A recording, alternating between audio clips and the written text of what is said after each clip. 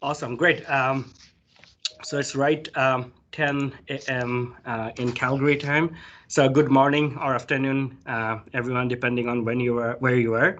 And welcome to the second webinar of our brand new webinar series, Future of Geotechnical Education at the university level. Those who couldn't attend our first webinar was animating soil models, animations as teaching and learning material for soil constitutive modeling, which is now available on our YouTube channel. Those who are joining us today, thank you so much for your time, and we are so excited to have so many people interested in this series. We hope that you will get your amazing support for the upcoming webinars as well. Before we start, I just wanted to let you know that this event is being recorded, and we are trying this Teams event for the second time, so bear with us if there is any technical difficulty. So again, my name is Shama Roy, and I'm the Vice Chair of the Canadian Geotechnical Society Education Committee. The mandate of the Education Committee is to identify and address issues and problems concerning all aspects of the continuing education of society members. The Education Committee is also concerned with the involvement of the students in the society, as well as the geotechnical education at Canadian universities. We thank to the Canadian Geotechnical Society for supporting this series. As always, we start with a safety moment, and our today's safety moment is the computer or digitalized train. As we are spending a lot more time onto these webinars or these kind of screens, so digital eye strain can be real. So consider computer glasses to reduce your exposure to potentially harmful blue light emitted by the digital devices. Take frequent breaks. 5 to 10 minutes break every hour really works. I generally have a short walk in my apartment on the office in every hour, and it really helps. And I just came to know about this 20-20-20 rule, which is a look away from your computer at least every 20 minutes and gaze at a distant object at least 20 feet away and for at least 20 seconds. So it is recommended by the doctor, so it really helps. And try to blink more often, because these days we are almost forgetting to blink. And get a comprehensive eye exam if you see if you have a strain issues in your eyes. Now, before we get started, I just wanted to say a quick thank you to our sponsor, Northern Crescent Incorporation, who is the sole sponsor of this webinar series. So Northern Crescent is a multidisciplinary engineering firm serving all phases of project delivery. Their journey began in 2010 with a focused vision to provide engineering services to the wide range of clients. Having built a solid reputation, their industrial base has now broadened to include multidisciplinary engineering, including geotechnical engineering support for oil and gas facilities, chemical plants, fertilizer plants, industrial and residential buildings. They also have a strong R&D team who are collaborating with several universities on very interesting geotechnical projects. So thank you, Northern Crescent, for your generous offer. Now, before we move into the original talk, just a few housekeeping items. So right now we're on YouTube. So we already have 150 subscribers with 1,829 views to date. This event is being recorded, and the recording will be also uploaded to our YouTube channel. So check this out. Our first webinar was animating soil models, animations as teaching and learning material for soil constitutive modeling, which was really popular, and a lot of people watched it. And a PDF copy of today's presentation slide will be made available to the attendees upon request.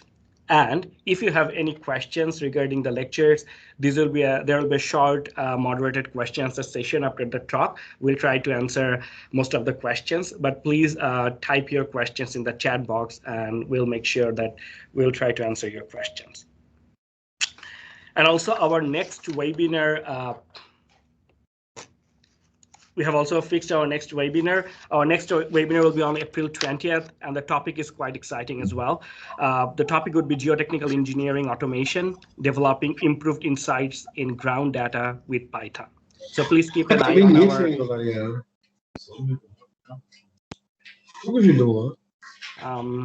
Sorry, I'm just muting all for now.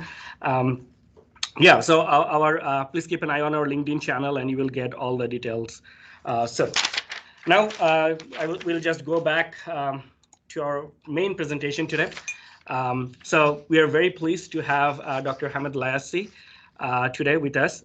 So Hamid is a co-founder and structural engineer at F Prime C Solutions Incorporation, a technology company specialized in advanced non-destructive testing and evaluation of concrete materials and structures. Over the past 15 years, he has been heavily involved with the concrete industry as a professional engineer and researcher. He has an extensive academic background in structural evaluation, inspection, and repair of concrete structures. He holds a PhD from McGill University, Canada, ranked among 150 top researchers in Canada in 2018, and received the 2018 Entrepreneurship Award from the PEO Ottawa chapter. Now, with no further ado, Hamid, this floor is yours. Thank you very much. I really appreciate the introduction and having being invited to this meeting. I just have a very small slide deck, just so you don't get very bored of like me watching and talking all the time. So you have something to follow as well. I'm just going to share this with you. Why is it not showing?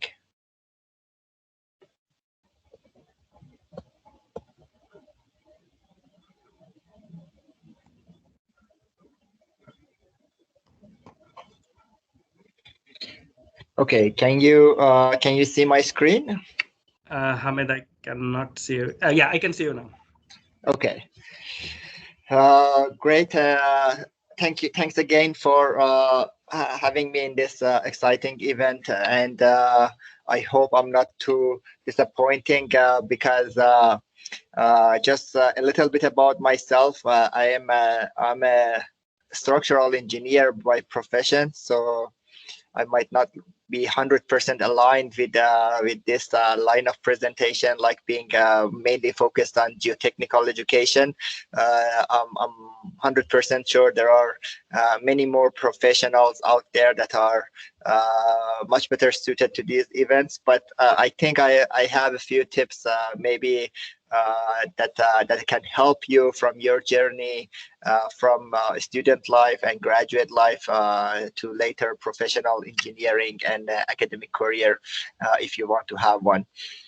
I am a co-founder at F Prime C Solutions, and what we do is that we bring non-destructive testing solutions for inspection and testing of concrete structures. Concrete is what I know much better than any other topic in civil engineering. So if it was about concrete, then I would have been a perfect candidate perhaps for having this talk. But I do have a little bit of exciting items that I can share with you about geotechnical engineering as well, and that might be of interest to you. But why are we having this presentation? Oops, why these slides are not moving? The first thing is like the main question that I receive from fellow engineers is that why do we have to become an entrepreneur for people who have the ambition and have the agility to become one? The second question is where they should start from, like if they are like having this idea and now they are in school time and they want to plan in advance, they are looking to see what elements do they need to move from having a career in geotechnical engineering in academia and in engineering world, later on take it as a business idea and try to serve clients in industry. So in section 3, we will talk about like different topics on business aspects of the issue, how you can actually bring your knowledge and soft skills and take a concept that is developed in your academic career, bring it to the market, offer it to people, and perhaps have a successful sales at the very end and serve clients. In doing this and making this happen, marketing and sales become two vital elements of the components. I know you are pretty much very well educated on the technical ground in this school, But marketing and sales is what is like often missing from your academic curriculum, and that is where I want to take your focus today. Please, I don't know how this event is moderated, but if you have any questions, feel free to share it, and I will make sure we will have enough time towards the end of the presentation to go through those questions. So let's begin. So often I'm asked why should we become an entrepreneur, or like to be more precise, why did you become an entrepreneur? Why people become business owners? And there are different reasons for different people's. Some people don't like having a boss. That as simple as that. They just don't want to be ordered to do this, to do that.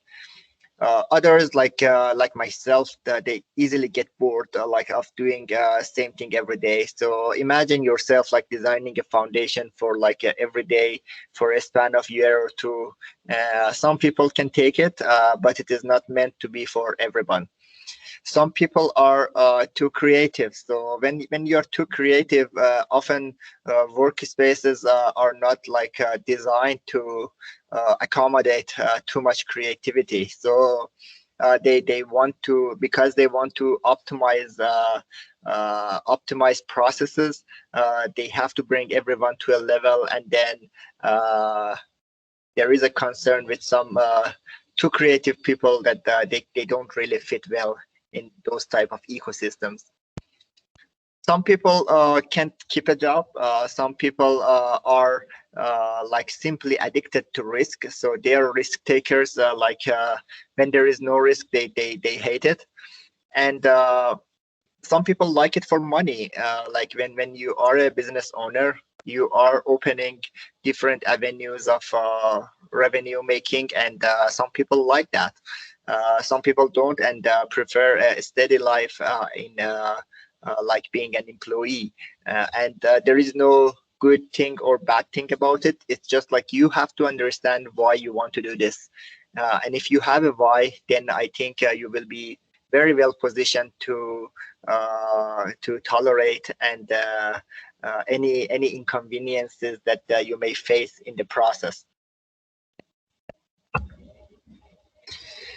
Now that you have found that little thing in yourself that pushes you forward to being an entrepreneur, then you have to try and think about your ideas and your plans on how to take your idea from just being an idea inside your brain to make it like as a plan, and then execute that plan to a degree that makes you a successful person.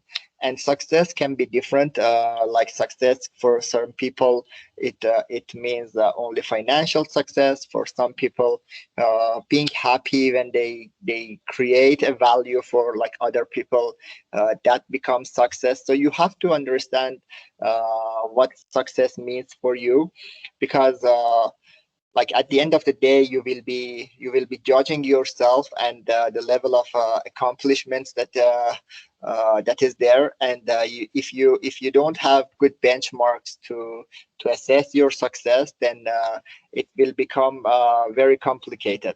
So parameters that is considered a successful business for myself might be different for my business partner. For my business partner might be different from Microsoft Corporation. So it's all different. So you have to understand where to begin, how to go, and what to expect as a success story. Here, I would like to introduce you to one of the topics that is extremely helpful for engineers. As I discussed before, most of us as engineering students are not taught about the business aspect of what we learn. So we know how to take sophisticated design courses. We can deliver excellent homeworks. We can do fantastic in designing foundations, but we are not even called an engineer upon graduation. So you see, there is a missing component here from being a engineering student, from being an engineering student to becoming a professional in the field as a businessman or businesswoman rendering engineering services. And my talk today will be more on this aspect. So for example, let's look at myself. I did a structural engineering degree as my master's. It was mainly on the material side. Then for my PhD, I moved to a domain which is like purely structural. I did some seismic evaluation and retrofit for concrete walls.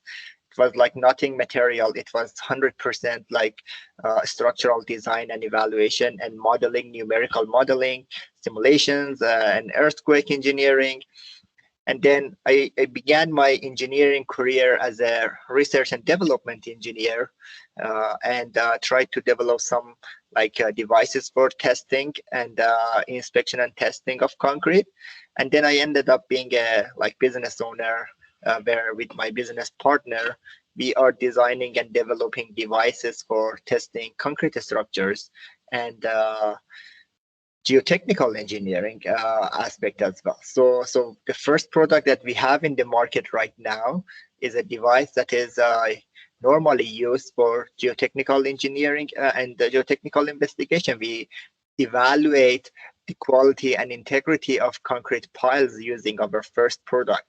So you see, there is a path that when you walk it, every step that you take, you come to realize you have some potentials that you didn't even know you have.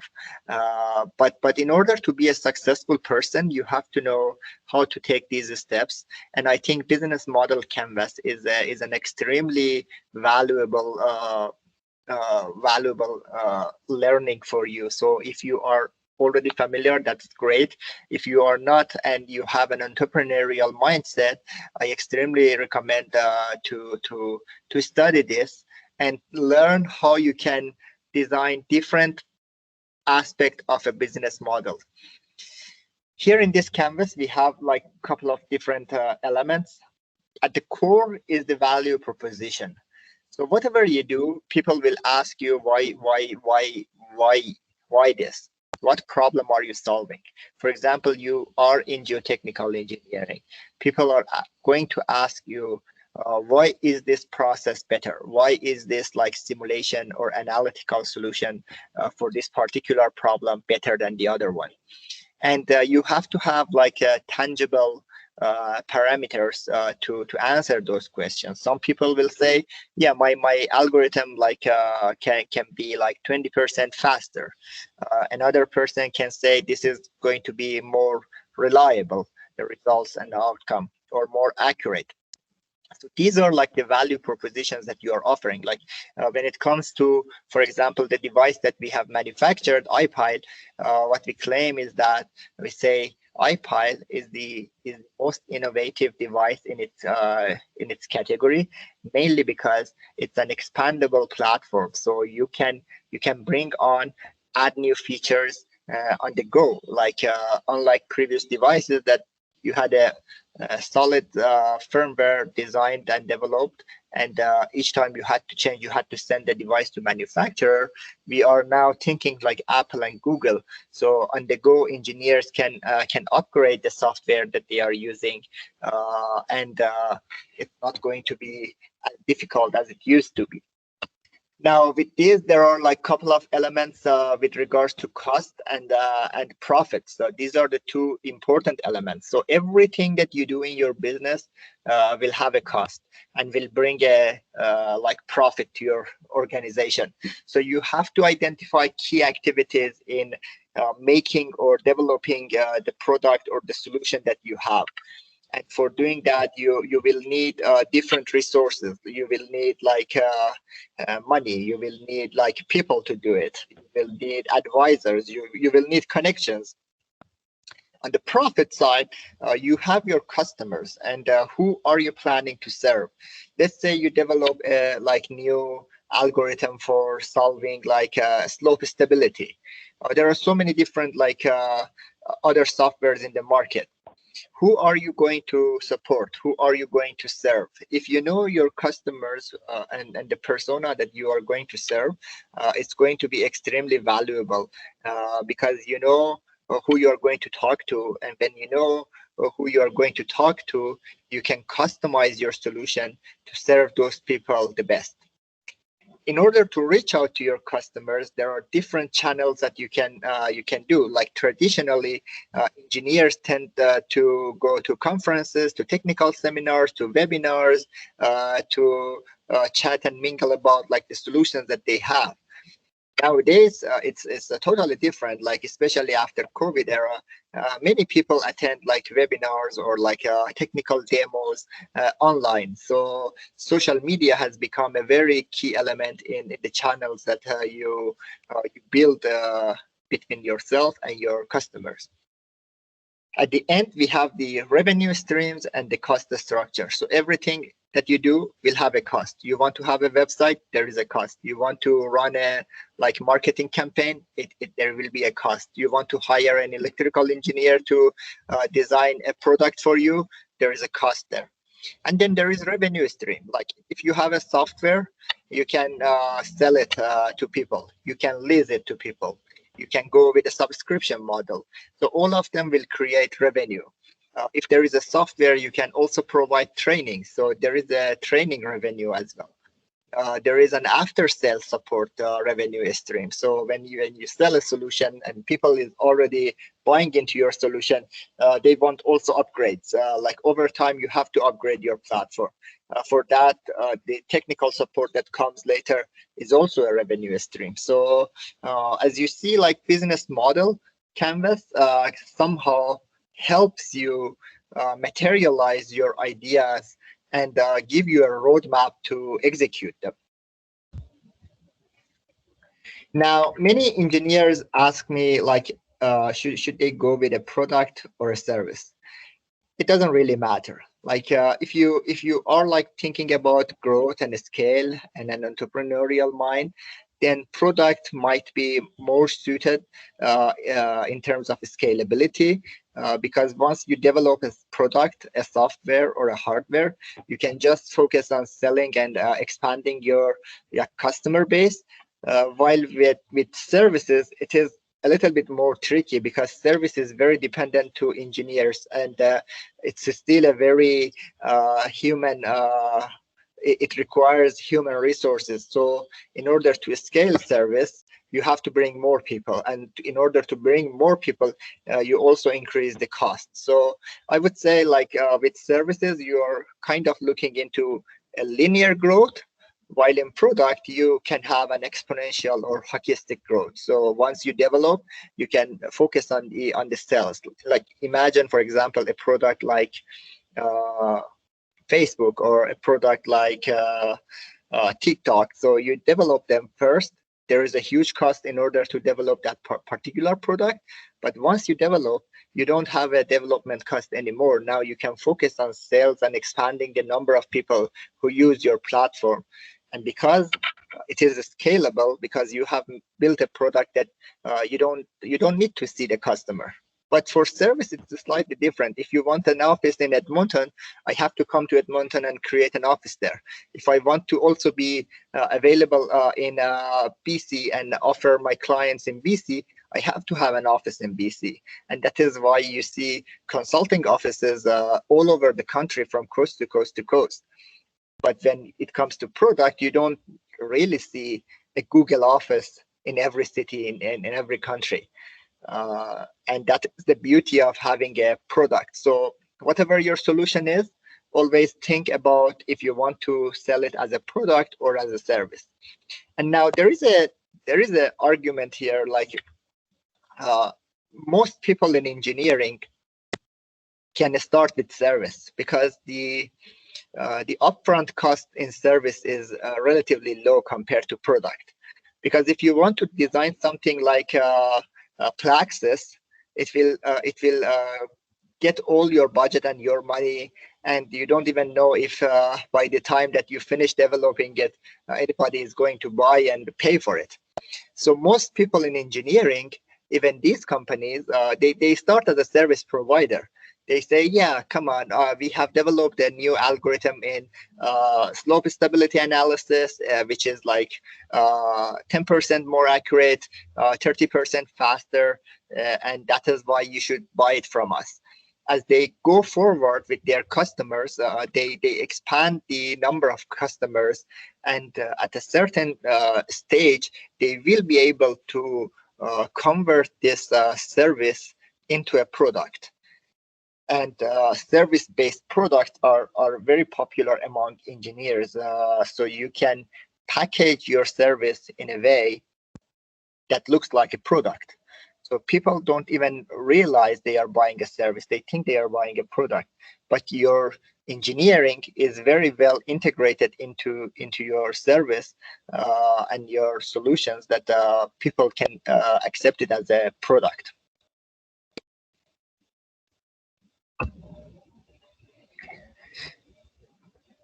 Now, an interesting topic here is marketing and sales. This is something that you don't often see while you are doing your academic career.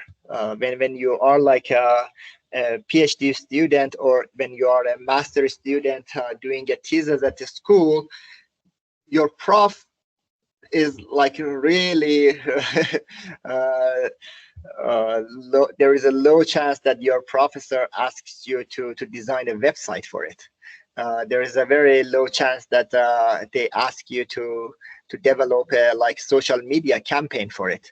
So you have to develop these skills on your own. Now, the beauty is that these days you can do this on your own. There are lots of like free and paid resources that they are very affordable, and you can build like a base for yourself. So in order to run an idea, you don't need to outsource things, and because you don't need to outsource, then you can keep the upfront costs low, and this means you have a better chance of like succeeding.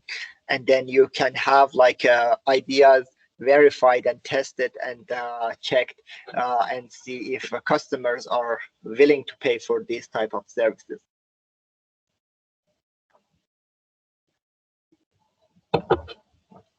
Now, marketing is very important in engineering. What we want to do with marketing is that we want to take our idea, what we have learned in the school, in our like a graduate research, and offer it to the customers. In order to reach there and go there and present it, we need different channels. We need social media. We need to have a website. We need like brochures and having like webinars to increase brand awareness, to go to people and say, hey, look, I'm here. I have developed like a product A, which can help you succeed in your business. Do you want to learn more? And a simple shout out like that is basically a marketing plan. And successful marketers like often tend to change a culture. Like imagine, for example, Steve Jobs, what Steve Jobs did with the iPhone. So before that, like people were like using cell phones as like you can't even remember how it was. And now you are just so addicted to your cell phone that you literally do everything from like taking an Uber, ordering a food with Uber, like going to LinkedIn, going to Facebook, chat with your friends, all from your cell phone. Checking your bank accounts. These are like huge products that change the culture. And if your product has the ability to change the culture, then I would say that is going to be an extremely successful product.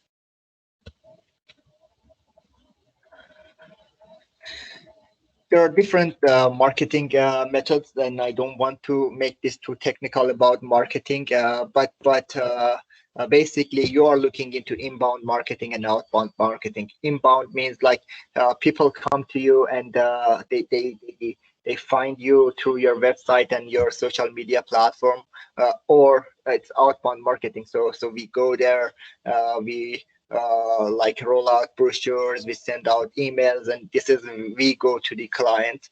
And the other one is we create contents that customers search in the social media or in the Google, and they find you, and then they come and read your article, and then they are getting interested in your solution, and they might contact you and do the job. Now, what I have learned here, like the third element is extremely important for engineers, content marketing. So engineers tend to be like too technical. They just want to like write sophisticated papers. Like for example, I have an employee who develops extremely like well technical papers, and he has a technical mindset. He wants to show people that how well he has studied his field. But when you are going to the market and you want to talk to people, you need a language that is more understandable, like a layman language. So content marketing plays a key role in like communicating your ideas with the outside world. So if you want to talk to people, if you want to go there and tell them about your innovative solution, then you have to write nice articles that are semi-technical. So you like an engineer can read them and say, hey, yeah, I got the point. It sounds interesting. I want to learn more. And then they pick up the phone and they give you a call, and they start talking to you, start a conversation. And once you have your customer on the phone, that's the moment that you can learn from them what challenges they have. So I've seen like one of the problems most of us like as entrepreneurs have, we get stuck in our idea of developing this mouse, for example. And we think like we have to only generate this mouse, while people in the market, they want a keyboard. Okay, so when you're communicating with your customers, the good thing is that you can learn what they want. So when you know what they want, you can focus on their problem. And when you are solving a customer's problem, then you are increasing your chances of succeeding in your business. And now social media marketing and literally any digital marketing platform is a great way for younger generations to promote their knowledge and their technical abilities. So in the past, like being in a social media was not considered a bonus or a plus. These days, it is a must. So if you are not in social, if you don't have a social media footprint, you are basically ignored, as simple as that. So try developing your network while you are in the school. If you postpone this, you are basically postponing your success after going outside this. So people should know what you are doing right now in the school. If you are developing a new algorithm, I'm not trying to say that you have to expose yourself, or you have to give away your like very secret sauce of like what you do, but people have to know that you are working on something great. So by the time you are out in the market, either looking for a job or like trying to promote it as an entrepreneur, as a businessman or businesswoman, they already know you. So if you come out and only like 10 people know you, you are going to have a massive mountain to climb. But if you already start establishing yourself as a dominant figure in your domain, by the time you are out there trying to promote your product or solution, you have a network that already knows you. They know you are a reliable and confident person, and people always love to shop from people who they trust. So start building your network while you are in the school. Have a social media presence. If you are on Facebook, it's great, but you also have to be in a more professional like network such as LinkedIn as well, because you will find most of engineers out there. And now researchers didn't like being in a social media. They thought it's a cheap idea to be there. Now it's whole changed. Like we used to rely on technical journal papers to validate our ideas, write it down, send it to, wait for a year or two until we get a response from the editor. And by the time that our paper was published, it was already 3 year old, and nobody had even had the chance to look at it. Social media has changed the landscape. Right now, you can talk about your idea the moment you develop that idea.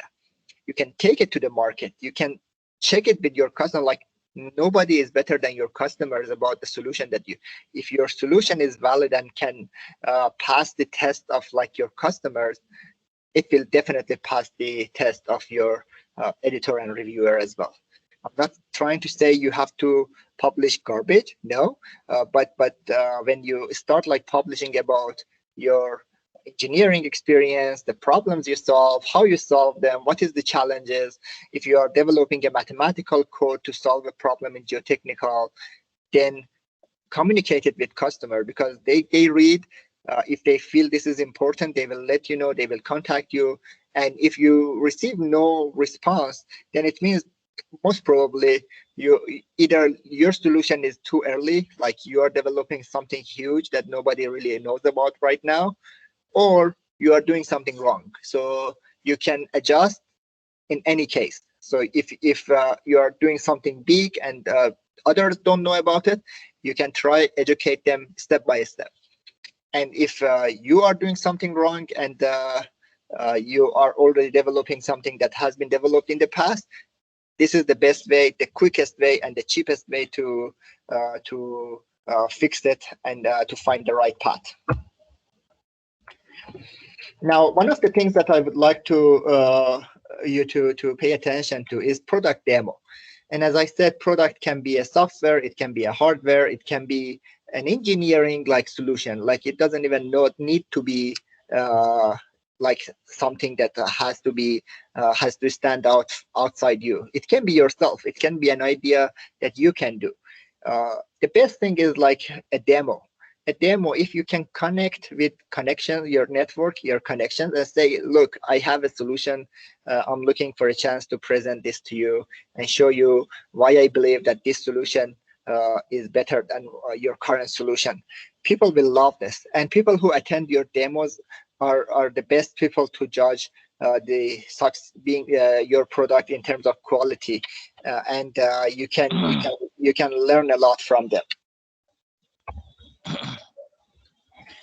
Just past this, and another topic that I would like just to touch base is sales. Sales is a key element in being a successful entrepreneur. If you cannot sell, no matter how good your product is, then you have a problem. You have to be able to exchange your offering with something that has monetary value. And in doing so, you have to generate leads, and the leads are people who are showing some sort of interest to what you are developing.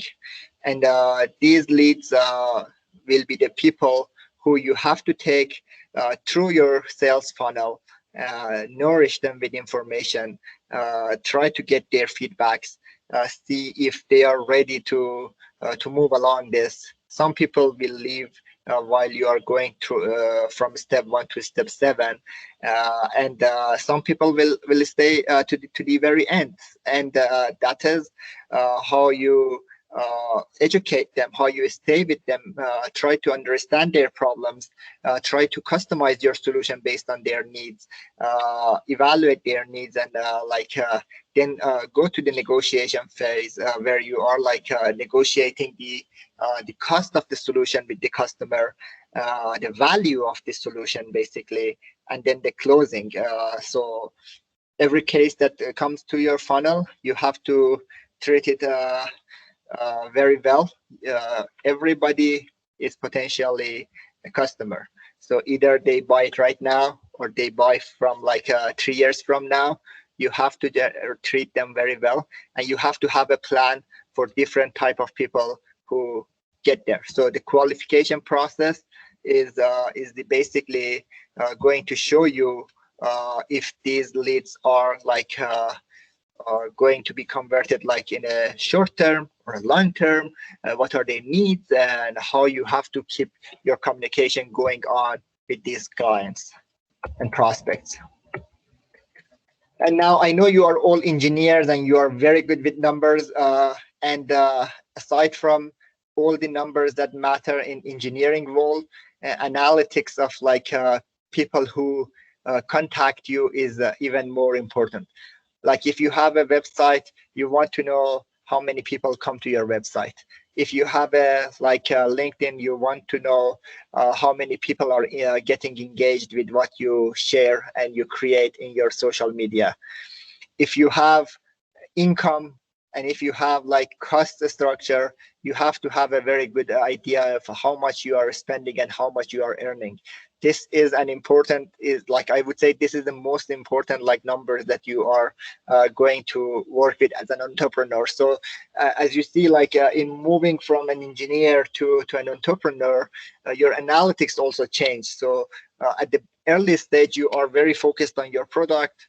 Is it more accurate? How I can increase the accuracy like another 5%? And as you move forward, you get more focused on the customers. How many customers did I find this month? How many leads did I generate? How many new connections did I make? How many of those new connections turned out responding to my email? And later on, how many of them converted into a customer? How many units did I sell? In larger corporation, it becomes the revenues in every quarter. So these are like the most important figures that people and business people judge a successful business based on these analytics. And one of the other things that engineering schools normally don't teach you, but you really have to educate yourself with, is legal challenges. When you want to do a business, especially in engineering business, you have to know the rules. You have to comply with the standards and guidelines. You have to know what type of certifications you need from your local engineering community. For example, in Ontario, Professional Engineers Ontario supervises this. In Alberta, it's going to be different. In the US, it's going to be different. So you have to know what are the rules and regulations from the day one. You have to know the challenges. If you are having a business partner, you have to have a shareholder agreement. If you are hiring somebody, you have to have confidentiality and an employment agreement. And if you are selling a product and solutions, you have to have a sales terms and conditions. What are your liabilities? How you are guaranteeing this software or hardware is working well, and to what extent do you keep yourself liable? So these are issues that might cost you at the very beginning, but these are the money that if you don't spend, you will regret. So I extremely suggest that you take legal challenges very seriously when you are working in North America, and take care of this by consulting good lawyers, law firms, and make sure that you have always enough knowledge and understanding of the consequences of the acts and actions you take, and things you say verbally or like written. Be very careful about this stuff. So towards the end of the presentation, I have some books that I always recommend. These are like my favorites, mainly because they are simple. So I don't want you to be super, like I know you already like studying deep with your courses and like your research, but these are like quite fun reads, and they will help you understand better what are the business aspects of your idea. This is Marketing, a great book for marketing. $100 startup. This is great if you want to see like being an entrepreneur doesn't mean to be Elon Musk and sending rockets to the space. You can be much easier doing something much more simpler and still being considered a very successful entrepreneur. And then in personal development, The Power of Habit is a great read and looking into more startup, I would definitely recommend The Lean Startup by Eric Ries. This is a fantastic read. And if you just want to learn about the challenges, I would recommend Crossing the Chasm and The Hard Thing About Hard Things. These are extremely valuable reads and give you an idea about like the type of challenges you will be facing as an entrepreneur down the road. With this, I conclude this presentation, and I hope I have been able to share some of my own experiences from academia to entrepreneurship with you. I'll just stop this presentation, and I'll be happy to receive your questions. Thank you very much again, everyone. Thank you, Hamid, for this wonderful presentation. Thank you once again for your time. I think like some of the points were really, really interesting, and I cannot support that the use of social media these days has been enormous.